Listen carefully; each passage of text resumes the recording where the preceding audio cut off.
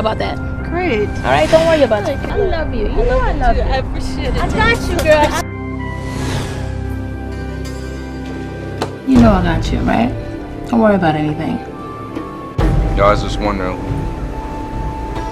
who that was you just walking down the street with. Who was what? Blossom. Look at you.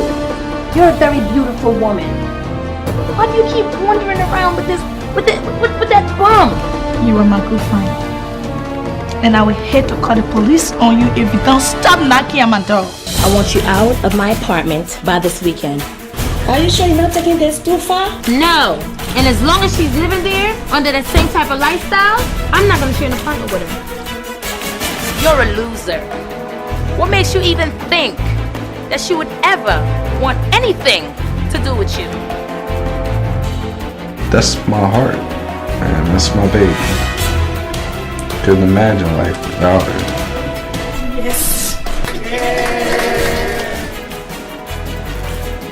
Blossom is cheating on you. You're sick. I'd be an idiot to believe you right about now. You'll see for yourself. You are crazy. You're freaking crazy. What does she ever do to you?